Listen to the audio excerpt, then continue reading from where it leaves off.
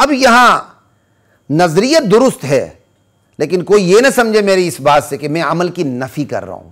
عمل کی نفی نہیں، نہ عمل کی نفی نہیں.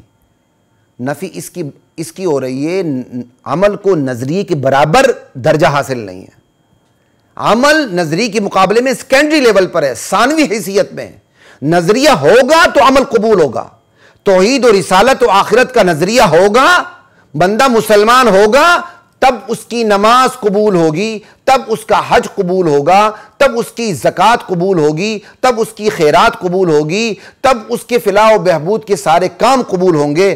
اگر بندے کا نظریہ توحید پر نہیں، رسالت پر نہیں، آخرت پر نہیں، تینوں میں سے کسی ایک پر نہیں، دین کے بنیادی عقائد پر نہیں، تو وہ لاکھ نماز پڑھے، ہزار تہجد پڑھے، 20 حج کرے، سینکڑوں اور ہزاروں عمرے کرے، پوری دنیا کے غریبوں کو مفت کھانے کھلائے، دن رات ہسپتال بنائے، جو مرضی کرے، جہنم اس کی تقدیر ہے خدائی اصول کے مطابق. لا الہ الا اللہ واللہ اکبر. تو یہاں ہم نظریے کی اور عمل کی جو بات کریں، ہم اس میں عمل کی نفی نہیں کر رہے، بلکہ یہ بتا رہے ہیں عمل نیچے ہے، نظریہ اوپر ہے. عمل کی قیمت نظریے سے بنتی ہے، اور اگر نظریہ نہیں ہے تو عمل اپنی ذات میں کتنا ہی اچھا خوشنما کیوں نہ ہو، اللہ کے نزدیک وہ عمل بے قیمت ہے. ایک بات، نظریہ درست، عمل کی نفی نہیں، لیکن ساتھ یاد رکھیں عمل اس طرح لازم بھی نہیں جس طرح نظریہ اور عقیدہ لازم ہے. اگر عمل اسی طرح لازم ہو جس طرح عقیدہ اور نظریہ لازم ہے، تو میرے سمیت تو آپ جتنے بھی سن رہے ہیں ایک بھی جنت میں نہیں جا سکتا. کیا ہمارے اعمال کمزور نہیں ہیں؟ اور خدا کا شکر ادا کریں، خدا تعالیٰ نے جنت میں جانے کے لیے آسان کام رکھا ہے. نظریہ اور نظریہ تمہارا درست ہو، نظریہ درست ہوگا، اعمال میں کمی بیشی پہ جہنم جا کے جنت جائیں گے یا جہنم کے بغیر جنت میں جائیں گے ضرور انشاءاللہ. من قال لا الہ الا اللہ دخل الجنہ. ایک نہ ایک دن گناہ کی سزا پا کے یا اللہ تعالیٰ کی طرف سے گناہ کی معافی پا کے بغیر سزا کے جنت میں ضرور جائیں گے. لیکن اگر آپ نے عمل کو وہی درجہ دے دیا جو اللہ تعالیٰ نے نظریہ اور ایمان اور عقیدے کو دیا ہے، تو اللہ تعالیٰ نے تو ایسا کام نہیں کیا اور بندہ یہ کام کر رہا ہے، تو بندے تو خود اپنے اوپر جہنم کو واجب کر رہا ہے. بھائی اللہ تعالیٰ نے تو آسانی پیدا کی کہ شہادت اللہ الہ الا اللہ وان محمد رسول اللہ کو اوپر رکھا، عقیدے کو اوپر رکھا. عمل میں کمزوری ہو تو برداشت، عقیدے میں کمزوری اللہ کے یہاں برداشت نہیں. ہم کہتے نہیں یا اللہ تعالیٰ عمل عقیدے کے برابر ہو یا عمل بھی عقیدے سے اونچا ہو، پھر تو ہم میں سے ایک بھی جنت میں نہیں جا سکتا. یہ تو اللہ کی مہربانی ہے، اس الرحمن کی مہربانی ہے. اس نے جنت میں جانے کی جو شرط لازم ہے وہ عمل نہیں بنایا، نظریہ بنایا، اور نظریے پر آنا سب سے آسان ترین کام ہے. اتنا آسان ترین کام ہے کہ مرتے ہوئے بھی بندہ نظریے کا کام کر سکتا ہے، نظریے پر قائم رہ سکتا ہے. یہی وجہ ہے آپ دعائے جنازہ میں دیکھ لیں، زندوں کے لیے کیا دعا ہو رہی ہے؟ اللہم من احییتہ منا فاحی علی الاسلام. یا اللہ ہم جو زندہ ہیں ہم میں سے ان کو اسلام پہ قائم رکھ. اسلام اور ایمان دونوں کا ذکر ہے تو میں آپ کو پہلے بتا چکا ہوں نشستوں میں، اسلام سے مراد اعمال ہوتے ہیں. تو بندہ زندگی میں اعمال بجا لا سکتا ہے، اس لیے اسلام کا ذکر ہے. یا اللہ زندوں کو اسلام پہ قائم رکھ. جن میں ہم میں سے جن پر موت آئے یا اللہ ان کو ایمان پہ موت دے. تو کیا مطلب ہو گیا؟ موت آتے ہوئے بھی ایمان اتنا آسان عمل ہے کہ بندے کی نہ آنکھ ہلے نہ کان سنے، اندر اندر سے اس کو پتہ ہے جب تک ہوش ہے کہ میں اپنے نظریے پر قائم رہ سکتا ہوں. بس یہ بھی اس کے لیے ضروری ہے. بیٹھے بیٹھے لیٹے لیٹے پیشاب پخانہ چل رہا ہے، ناپاک ہے، لت پت ہے، اس حالت میں بھی ایمان پہ قائم رکھنا، اس کے ہوش حواس برقرار ہیں تو اس کے لیے آسان ہے. ایمان تو اللہ نے اتنا آسان کیا ہوا ہے کہ دعائیں جنازے میں بھی ہم کہتے ہیں یا اللہ جن کو موت آ رہی نا ایمان پہ موت دے، کیونکہ موت آتے ہوئے ایمان پر قائم رکھنے کا جو کام ہے وہ بندہ کر سکتا ہے، چاہے اس کے ہاتھ پاؤں نہ ہلے، لیکن اسلام کا کام نہیں کر سکتا ہے وہ نماز پڑھے، عمل کرے. ہم نے پتہ نہیں کیا سمجھا ہوا ہے، خود ساختہ اصولوں کی وجہ سے ہم ہم عمل کو نظریے سے اوپر لے جاتے ہیں جیسے آج کل کر رہے ہیں، یا کم سے کم برابر کی سطح پر لاتے ہیں. اگر اللہ ہمارا اس اصول کو مان لے نا تو ہم میں سے ایک بھی جنت میں نہ جائے. یہ اللہ کی مہربانی سمجھیں. اللہ تعالیٰ نے جنت میں جانے کے لیے شرط لازم عمل نہیں بنایا، عقیدہ بنایا. ہاں عمل ٹھیک ہو تو سونے پہ سہاگا، سمجھ آئی؟ عمل کی وجہ سے پھر ایمان چڑھتا ہے اوپر، پھر جہنم سے بچ جاتا ہے بندہ. تو یہاں ہم عمل کی نفی نہیں کر رہے، عمل کے نظریے کی طرح لازم ہونے کی نفی ہو رہی ہے. انشاءاللہ یہ ساری بات ہوگی. اچھا جی، یہ بات ہو گئی. یہی وجہ ہے کہ عمل کی نفی نہیں ہو رہی، عمل کے لازم ہونے کی نفی ہو رہی. یہی وجہ ہے یہ جو ابھی آپ نے جتنی بھی احادیث سنی ہیں، ان احادیث میں سے اکثریت میں عمل کا ذکر ہی نہیں، کیونکہ عمل لازم نہیں، عمل کی نفی نہیں ہو رہی، عمل لازم نہیں نظریے کی طرح. جو ابھی آپ نے جتنی احادیث سنی اس میں عمل کا ذکر نہیں سوائے ایک حدیث کی، اس میں بھی تمام اعمال کا ذکر نہیں، صرف نماز روزے کا ذکر ہے. ٹھیک ہے، اللہ اکبر. ان سب میں عقیدے کا ذکر ہے، ان سب میں جو ابھی آپ نے سنی عقیدے کا ذکر ہے. اب جو عقیدے کا ذکر ہے تو وہاں بھی تو سوال پیدا ہوتا ہے کہ کہیں صرف توحید کا ذکر ہے، کہیں توحید اور رسالت دونوں کا ذکر ہے، ٹھیک، اور کہیں توحید اور صرف عمل کا ذکر ہے. جیسے آپ نے ابھی سن لی کہ بندہ شرک نہ کرے، نماز پڑھے، روزہ رکھے، جنت میں جائے گا، رسالت کا بھی ذکر نہیں. تو جو آپ کے سوال کے اس سوال کا میں جواب دے دوں گا تو آپ کو باقی بھی جو سوالات ذہن میں ابھرتے ہوں گے ان کی وہ سارے سوال انشاءاللہ کافور ہو جائیں گے، آپ کو سمجھ آ جائے گی. اصل بات یہ یاد رکھیں، یہ جتنے بھی اس قسم کی احادیثیں جو اس اسلوب پہ آتی ہیں، من قال لا الہ الا اللہ دخل الجنہ، یا اس طرح کے من شہد اللہ الہ الا اللہ وان محمد الرسول اللہ حرم اللہ علیہ النار، یا اسی طرح جو لبیک و سعدیک یا رسول اللہ، جو معاذ بن جبل کی حدیث ہے کہ بندہ کیا کہتے ہیں شرک نہ کرے، اللہ کی عبادت کرے، جنت میں جائے گا.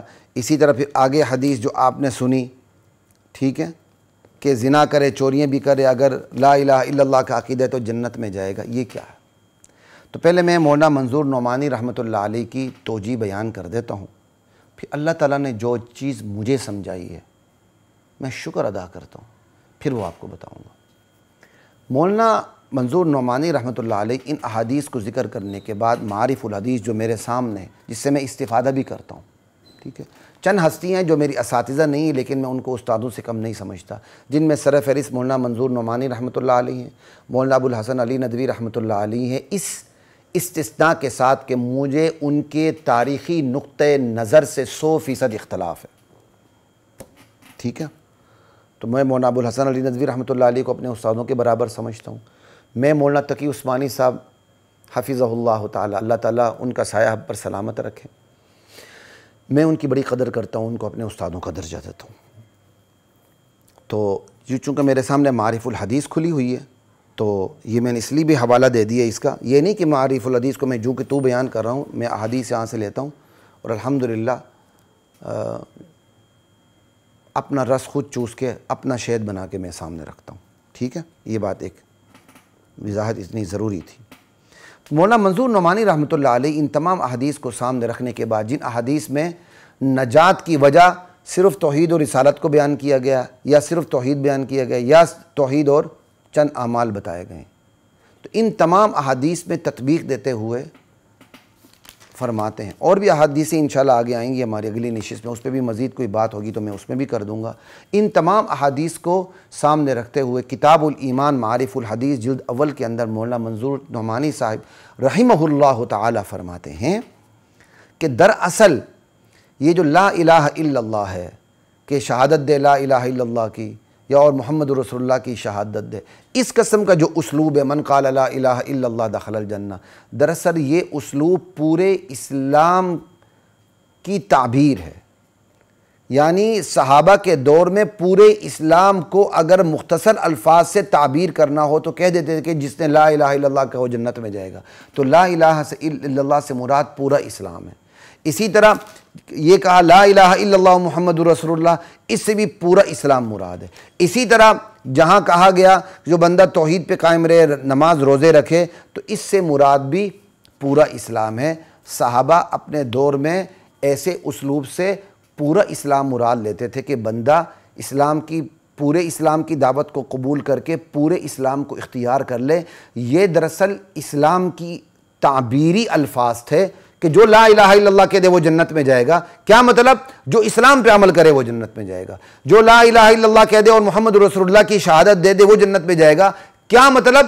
جو پورے اسلام کو قبول کر لے وہ جنت میں جائے گا. یعنی مولانا منظور نعمانی رحمۃ اللہ علیہ فرماتے ہیں دراصل یہ پورے اسلام کی تعبیر ہے. یہ الفاظ دراصل پورے اسلام ان الفاظ سے پورے اسلام کی تعبیر بیان کی جاتی تھی، اور صحابہ کے دور میں یہی سمجھا جاتا تھا کہ جو یہ من قال لا الہ الا اللہ، جو لا الہ الا اللہ کی گواہی دے دے وہ جنت میں جائے گا، اس سے مراد صحابہ کے دور میں یہی ہوتا تھا کہ جو پورے اسلام پہ اترے وہ جنت میں جائے گا۔ آپ سمجھ گئے ہوں گے۔ لیکن مجھے انتہائی ادب کے ساتھ اور مولانا منظور نعمانی رحمۃ اللہ علیہ کا پورا ادب کا خیال کرتے ہوئے، ان کو اپنا استاد تسلیم کرتے ہوئے، میں ان سے یہاں اختلاف کی جسارت کر رہا ہوں۔ مجھے ان کے اس نقطۂ نظر سے اختلاف ہے۔ اس لیے اختلاف ہے کہ اگر جہاں جہاں احادیث میں جو ابھی میں نے آپ کے سامنے سنائی ہیں، لا الہ الا اللہ یا لا الہ الا اللہ محمد رسول اللہ یا لا الہ الا اللہ اور ساتھ روزہ نماز، یہ اس سے مراد پورا اسلام ہوتا تو پھر نبی علیہ السلام یہ حدیث صرف معاذ بن جبل کو بیان کیوں کرتے؟ اور جب معاذ بن جبل نے جب گزارش کی یا رسول اللہ اس کی بشارت میں سارے لوگوں کو نہ دے تو آپ نے روکا کیوں کہ نہ انہیں نہ بتاؤ، پھر وہ عمل چھوڑ دیں گے، یعنی پھر وہ عمل چھوڑ دیں گے، ٹھیک ہے؟ تو اس سے مطلب نبی علیہ السلام نے بھی جو فرمایا اس میں عمل داخل نہیں، اور اس کے مطلب معاذ بن جبل نے بھی جو سنا اس میں عمل داخل نہیں، کیونکہ وہ اس کو بشارت سمجھنے کہ بھائی عقیدہ ٹھیک ہو بندہ جنت میں جائے گا، اور اللہ کے نبی کا فرمان بھی یہی کہ عقیدہ ٹھیک ہو جنت میں جائے گا۔ اور جب معاذ بن جبل بتانا چاہتے کہ میں یہ خوشخبری لوگوں کو دے دوں، لوگ اپنا صرف عقیدہ ہی ٹھیک کر لو، بھلے تم سے چوری ہو جائے، زنا ہو جائے، تم نے ضرور انشاءاللہ جنت میں جانا، اپنا عقیدہ اور نظریہ ٹھیک کر لو، ٹھیک ہے؟ تو حضور نے ان کو روک دیے۔ چوری زنا والے تو دوسری حدیث ہے، لیکن میں نے مجموعی طور پر ملا کے بات کی ہے، ٹھیک ہے؟ حضور صلی اللہ علیہ وسلم نے معاذ بن جبل کو روک دیے، تم لوگوں کو نہ بتاؤ، وگرنہ وہ کیا کہتے ہیں اسی پہ بھروسہ کر کے رہیں گے، اعمال نہیں کریں گے۔ اسی طرح جو اگلی حدیث ہے جس میں حضرت ابو ذر غفاری کو حضور صلی اللہ علیہ وسلم کہہ رہے ہیں کہ زانی اور چور بھی جنت میں جائے گا اگر اس کا عقیدہ ٹھیک ہے، ٹھیک ہے؟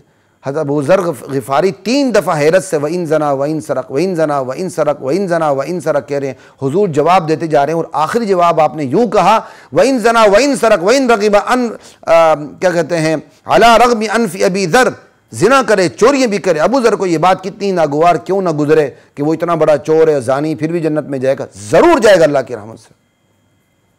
لا الہ الا اللہ۔ تو اور یہی ایسے ہی مضمون ایک اور روایت میں بھی ہے جو ہم انشاءاللہ اگلی نشست پہ بیان کریں گے، اس کے راوی حضرت ابو ہریرہ ہے کہ نبی علیہ السلام نے اپنے دونوں جوتیاں حضرت ابو ہریرہ کے ہاتھ میں دیں کہ جا کے لوگوں کو خوشخبری دے دو، جس کا عقیدہ ٹھیک ہو لا الہ الا اللہ صدق کے دل سے کہہ دے وہ جنت میں ضرور جائے گا۔ اور حضرت عمر نے حضرت ابو ہریرہ کو روک لیا کہ تم نے لوگوں کو یہ بات نہیں بتانی، وگرنہ وہ تو پھر عمل سے کترائیں گے، عمل سے پیچھے رہ جائیں گے۔ نبی علیہ السلام نے حضرت عمر کی بات کو مان لیا۔ تو یہ چیزیں بتاتی ہیں کہ یہ اس سے مراد پورا اسلام نہیں ہے۔ اگر اس سے مراد پورا اسلام ہوتا تو حضرت معاذ بن جبل اس کو خوشخبری سمجھ کے لوگوں کی طرف دوڑ لگانے کی کوشش نہ کرتے کہ یا رسول اللہ مجھے اجازت دے میں لوگوں کو خوشخبری دے دوں کہ صرف نظری پر ہی وہ جنت میں جائیں گے، اور حضور روکتے نہ کہ نہیں تم خوشخبری دے دو گے تو پھر وہ عمل نہیں کریں گے، اسی پہ بھروسہ کریں گے، تو پھر اس سے مراد پورا اسلام تو نہ ہوا۔ اسی طرح حضرت ابو ہریرہ کو جب حضور نے کہا جاؤ لوگوں کو خوشخبری دے دو، تمہارا لا الہ الا اللہ والا نظریہ ٹھیک ہو تو تم جنت میں جاؤ گے، اور حضرت عمر کو جب پتہ چلا تو انہوں نے حضرت ابو ہریرہ کو روک لیا کہ تم نے یہ خوشخبری لوگوں کو نہیں دینی، وہ انشاءاللہ آگے حدیث آئے گی لا الہ الا اللہ۔ اور حضرت عمر کے روکنے کی وجہ یہی ہے جو حدیث میں بھی آ رہی ہے کہ لوگ کیا کہتے ہیں عمل نہیں کریں گے۔ تو یعنی حدیث سے صاف پتہ چلتا ہے کہ یہ جو اسلوب احادیث کا کہ جو لا الہ الا اللہ کہہ دے جنت میں جائے گا، یا لا الہ الا اللہ محمد رسول اللہ کہہ دے جنت میں جائے گا، یا لا الہ الا اللہ کہہ دے ساتھ نماز روزہ پڑھ لے جنت میں جائے گا، تو اس میں کیا کہتے ہیں عمل شامل ہے ہی نہیں۔ یہاں ایک حدیث میں صرف نماز روزے کا ذکر ہے، عمل ہے بس، باقی احادیث میں عمل ہے ہی نہیں ہے۔